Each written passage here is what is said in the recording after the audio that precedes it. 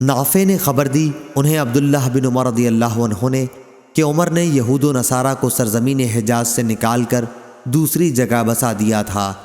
رسول اللہ صلی اللہ علیہ وسلم نے جب خیبر فتح کیا تو آپ کا بھی ارادہ ہوا تھا کہ یہودیوں کو یہاں سے نکال دیا جائے۔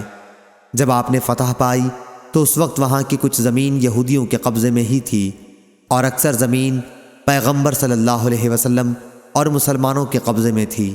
لیکن پھر یہودیوں نے حضرت صلی اللہ علیہ وسلم سے درخواست کی آپ زمین انہی کے پاس رہنے دیں، وہ کھیتوں اور باغوں میں کام کیا کریں گے اور آدھی پیداوار لیں گے۔ حضرت صلی اللہ علیہ وسلم نے فرمایا اچھا، جب تک ہم چاہیں گے اس وقت تک کے لیے تمہیں اس شرط پر یہاں رہنے دیں گے۔